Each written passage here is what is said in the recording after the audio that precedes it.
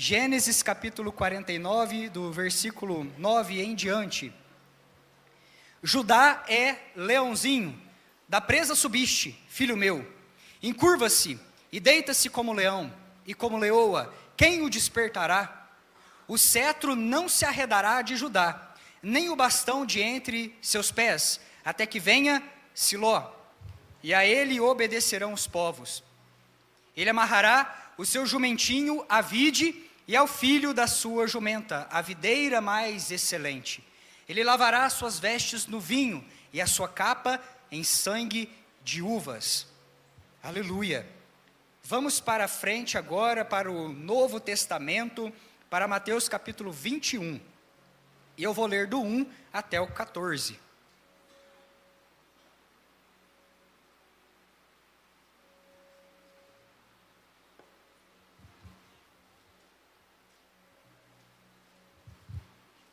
Mateus capítulo 21, ele diz assim, do 1 em diante: quando se aproximaram de Jerusalém, chegaram a Betfagé, ao Monte das Oliveiras, enviou Jesus 2 discípulos, dizendo-lhes: ide à aldeia que está aí diante de vós, e logo achareis presa uma jumenta, e com ela um jumentinho, desprendei-a e trazei-mos. E se alguém vos disser alguma coisa, respondei-lhe que o Senhor precisa deles, e logo os enviará. Ora, isso aconteceu para se cumprir o que foi dito por intermédio do profeta: dizei à filha de Sião, eis aí te vem o teu rei humilde, montado em jumento, num jumentinho, cria de animal de carga. Indo os discípulos, e tendo feito como Jesus lhes ordenara, trouxeram a jumenta e o jumentinho. Então puseram em cima deles as suas vestes, e sobre elas Jesus montou.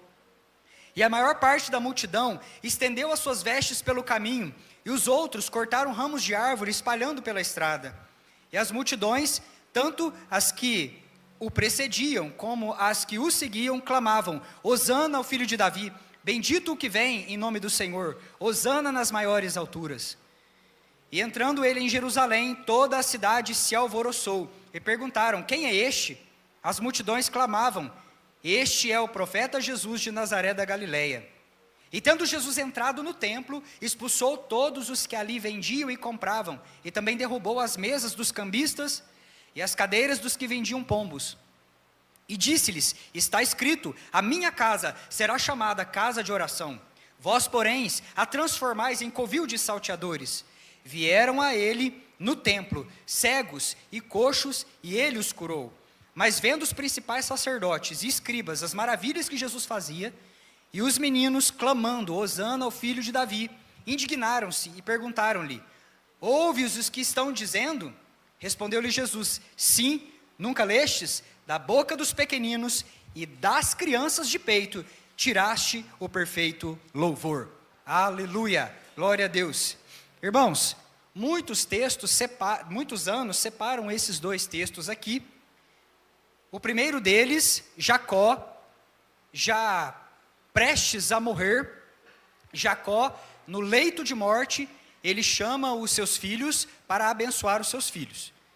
Irmãos, o que está acontecendo aqui não é simplesmente uma despedida, onde Jacó está colocando as mãos nos filhos, passando para eles um testamento, fazendo uma despedida final, um pronunciamento final. Não, Jacó estava com seu corpo amortecido, Jacó estava com seu corpo já nas horas finais, mas os olhos do patriarca se abrem de uma maneira, queridos, que ele estava cheio do Espírito Santo, e ele começa a pronunciar as bênçãos e as profecias, bênçãos proféticas sobre cada um dos seus filhos, que viriam depois a ser as 12 tribos de Israel, o seu povo, a nação. E olhando para este tempo aqui, nesse momento, Jacó perto da sua partida, cheio do espírito profético, abençoando os seus filhos, nós vislumbramos que o profético está traçando um caminho para o sobrenatural. Que estas profecias, algo poderoso aqui, que Deus irá romper, um novo ciclo, ele está agora sendo demarcado, desenhado diante dos nossos olhos, por essas palavras que Jacó está falando para cada um dos seus filhos, levando a sua igreja a entender o que vai acontecer logo ali na frente. De uma maneira bem simples, Jacó conforme Hebreus diz, ele contemplou o ungido que viria logo ali. Ele contemplou que nós como igreja viveríamos nesse presente tempo. E através da profecia, ele marcou o caminho, dizendo para a igreja: este é o caminho a qual a igreja vai passar, até encontrar o ungido, até que o ungido venha na sua plenitude, e até que esta igreja, ao receber a unção daquele que vem, possa viver o sobrenatural e o extraordinário em suas vidas nas eras vindouras. Com as mãos sobre Judá, Jacó então está vendo um ungido saindo dessa linhagem. Dos 12 filhos, Jacó entendeu pela visão profética que é da linhagem de Judá, que é da família dele, que é dessa descendência. E ele vem poderoso para salvar o seu povo e ajuntar a sua família no monte da presença. O ungido visto por Jacó, ele é o governante de todos os filhos do seu pai. Aleluia. Ele viria poderoso para subir o monte, para entronizar a sua presença no monte e ali reunir a sua família, reunir debaixo do governo perfeito do pai, uma família para si, um povo especial, filhos amados. Aleluia. E nós estamos diante dessa palavra, a bênção de Jacó, onde ele começa a mostrar para a igreja: esse é o caminho, já está traçado diante de vocês, coloquem os pés neste caminho, avance pelas promessas de Deus, elas já estão desenhadas desde lá do passado, meus irmãos, já estão desenhadas para nós através do Espírito Santo, no plano perfeito que o Senhor Deus traçou para nós antes da fundação do mundo. Jacó viu as promessas, Jacó contemplou o ungido que viria, o governante que viria, este rei de todos os filhos do seu pai, um varão bem sucedido na guerra, cujo nome é o Senhor dos Exércitos. Aleluia, glória a Deus.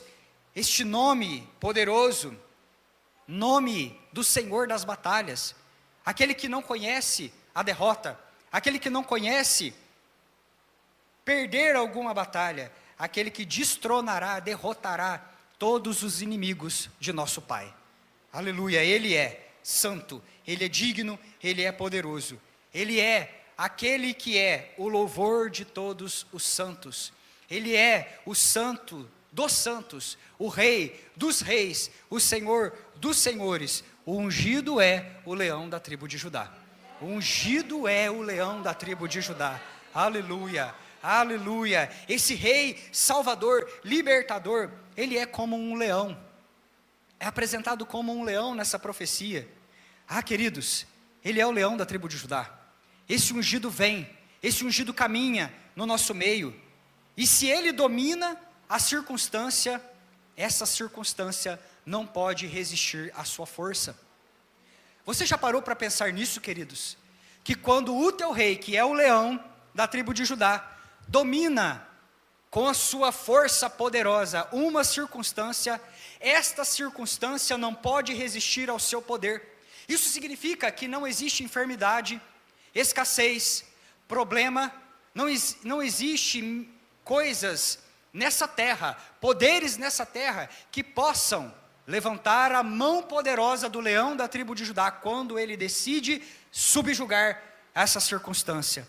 Este problema, este gigante, está esmagado debaixo dos pés daquele que é o leão. Aleluia, glória a Deus. E diante deste poder, queridos, diante desta unção, a qual ele vem sobre nós, nós entendemos que não existe problema neste mundo que possa subsistir ou fazer resistência à presença do nosso Deus. Você já viu alguma presa dominada por um leão resistir? Ela corre, o leão a persegue, e há um momento que quando este leão, ele rende esta presa, ela se dá por rendida.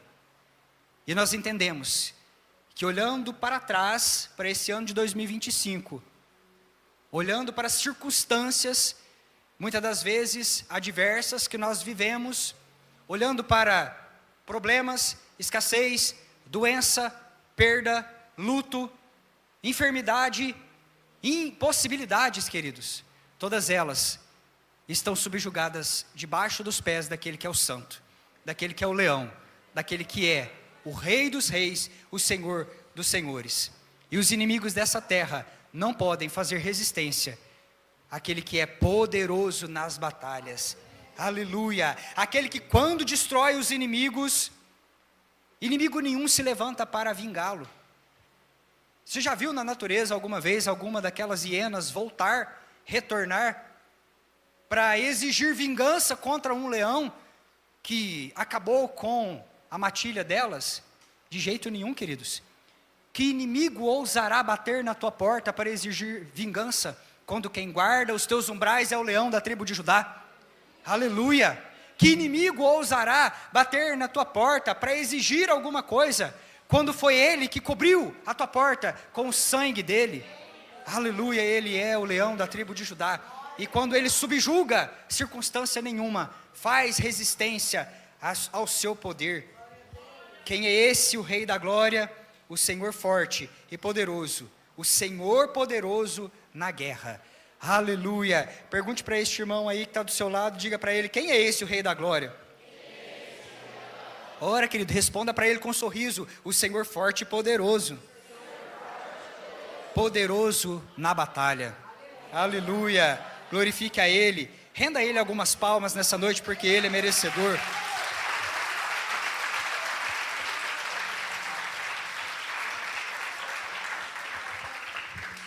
Aleluia. Porventura esse leão é um leão desorientado? Um falso leão que anda ao derredor? Não, de maneira nenhuma. Olha a postura desse leão na bênção de Jacó. Ele é um leão que repousa. Ele é um leão que descansa. Ele não é um leão desgovernado na sua ira. Ele não é um leão muitas das vezes acomodado na complacência, mas ele tem a medida da justiça, ele tem a medida da salvação. Ele é o Rei dos Reis, ele é o Senhor dos Senhores. Ele é um leão deitado, que desfruta com satisfação do seu poder e sucesso. Isso é ser leão, e isso é, acima de tudo, ser poderoso, glorioso, maravilhoso, Rei dos Reis, príncipe de toda a paz. Aleluia, porque este leão, ele não está muitas das vezes se contradizendo no seu caráter, não. Ele é o Rei dos Reis, ele é o Senhor dos Senhores. Ele repousa, queridos, num trono estabelecido. Jacó diz que dessa família virá um ungido, que tem o governo na palma da mão, e a ele congregarão povos, raças, tribos, línguas e nações. Ele é o desejado das nações, que juntará no monte a sua família, o monte da presença. E é nesse momento que tempos depois nós vamos encontrar em Belém, Judá, onde nasce um rei menino de paz. E ali, queridos, esse Deus forte, conselheiro maravilhoso, ele nasce, ele cresce, ele trabalha, ele amou, ele sepultou amigos, ele foi servo, ele combateu o mal, ele multiplicou o pão, ele curou os enfermos, ele ressuscitou os mortos. E num domingo ele se achega ali no Monte das Oliveiras, ele olha para a montanha de Jerusalém, onde estava o templo, o lugar da presença, e ele começa, através de um jumentinho, traçar aquele caminho, nas promessas já escritas lá do passado, e ele vai caminhando para levar a sua presença em direção ao monte, e para em cima do monte, atrair os seus filhos para a sua presença, e essa presença traz para o seu povo a unção do leão. Havia ali naquela multidão muitas expectativas, e o povo gritava, e o povo assim adorava, e o povo especulava também, seria ele o político que salvaria logo ali? Seria ele o sacerdote do ano? Seria ele o líder religioso que traria uma novidade? Seria este profeta um abençoador?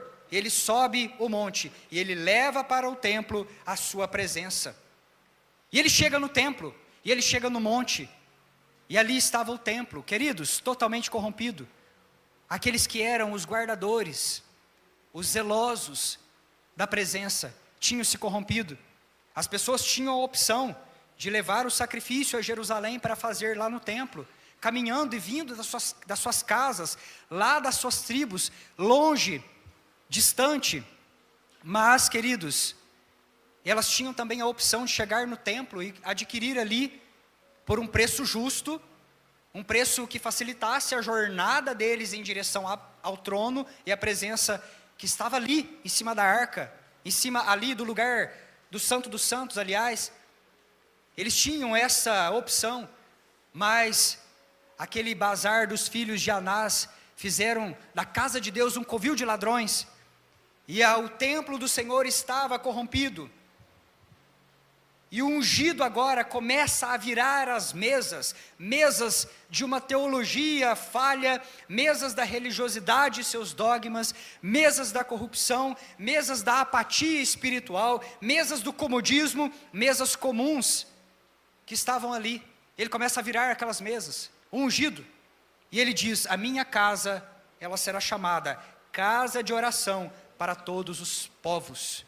Ele ecoa as palavras do profeta Isaías, lá em Isaías 56:7, dizendo: a minha casa é casa de oração, a minha casa é casa de oração. A igreja que deveria facilitar o acesso para o trono e para a presença está impedindo, através da sua teologia.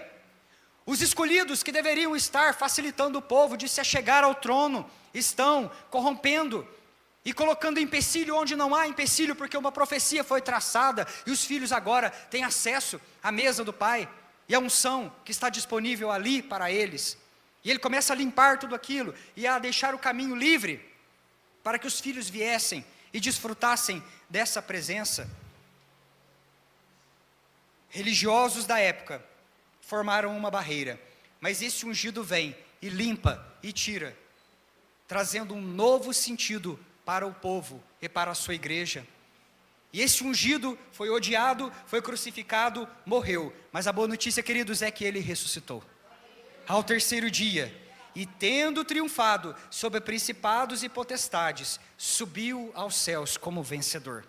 Subiu aos céus, ele deitou-se como leão, ele se aconchegou no trono à direita de Deus, o Pai, como um verdadeiro leão, e de lá ninguém ou nada o tira.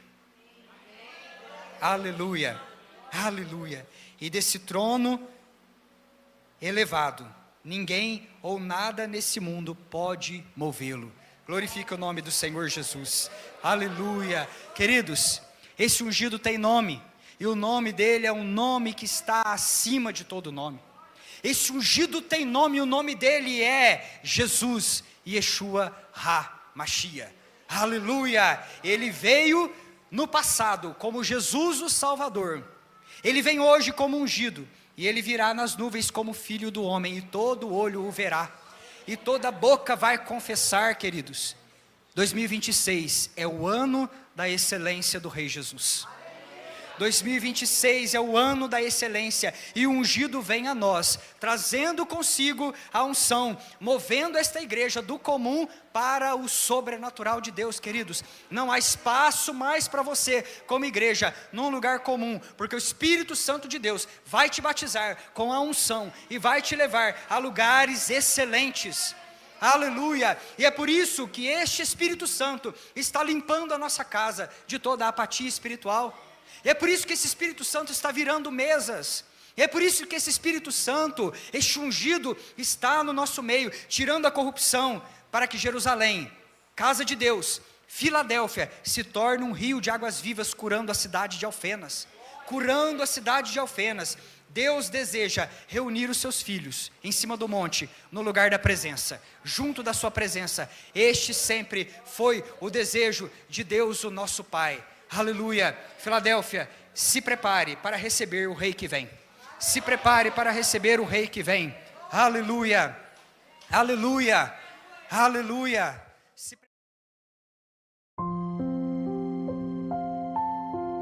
Jesus Cristo é o Rei eterno, o Senhor de todas as eras, e Ele está presente em todas as páginas da Bíblia, em cada capítulo e em cada versículo, nas linhas e nas entrelinhas. Em Gênesis, Ele é a palavra de Deus, o Criador dos céus e da terra e o sopro da vida. Em Êxodo, Ele é o Cordeiro Pascal, cujo sangue foi aspergido nos umbrais das portas para livramento e salvação. Em Levítico, Ele é o sumo sacerdote e, figuradamente, o templo, o lugar santo da habitação de Deus. Em Números, ele é o guia sempre presente, a coluna de nuvem durante o dia e a coluna de fogo durante a noite. Em Deuteronômio, ele é o profeta semelhante a Moisés. Em Josué, ele é o capitão da nossa salvação, o guerreiro conquistador que conduz a terra prometida. Em Juízes, ele é o nosso juiz e o legislador. Em Rute, ele é o nosso parente redentor. Em 1ª e 2ª Samuel, ele é o profeta fiel e também é o rei pastor de coração puro e quebrantado. Em 1º e 2º Reis, ele é o governante justo. Em 1º e 2º Crônicas, ele é o rei, o restaurador do reino. Em Esdras, ele é o escriba fiel. Em Neemias, ele é o reconstrutor dos muros que foram derrubados. Em Ester, ele é o nosso Mordecai. Em Jó, ele é o redentor que vive para sempre. Em Salmos, ele é o pastor que ouve os nossos clamores. Em Provérbios e Eclesiastes, ele é a sabedoria personificada. Em Cantares, ele é o nosso amado noivo. Em Isaías, ele é o maravilhoso conselheiro, o Deus forte, o Pai da eternidade e o príncipe da paz. Em Jeremias, ele é o ramo justo e o Espírito de Deus que escreve a lei nos corações. Em Lamentações, ele é o profeta que chora. Em Ezequiel, ele é o homem de 4 faces e o rio da vida que traz a cura às nações. Em Daniel, ele é o 4º homem na fornalha ardente. Em Oséias, ele é o marido sempre fiel, buscando a noiva infiel. Em Joel, ele é o restaurador e aquele que batiza com o Espírito Santo e com fogo. Em Amós, ele é aquele que carrega os nossos fardos. Em Obadias, ele é o juiz de toda a terra, aquele que é poderoso para salvar. Em Jonas, ele é o grande missionário em terra estranha. Em Miqueias, ele é o mensageiro de belos pés. Em Naum, ele é o vingador dos eleitos de Deus, ele é a nossa força e o nosso escudo. Em Abacuque, ele é o evangelista de Deus que alegra mesmo quando os campos estão vazios. Em Sofonias, ele é o Salvador e o grande reformador. Em Ageu, ele é o restaurador da herança perdida. Em Zacarias, ele é a fonte aberta na casa de Davi e o filho traspassado que todos contemplarão. E em Malaquias, ele é o sol da justiça, surgindo com a cura em suas asas.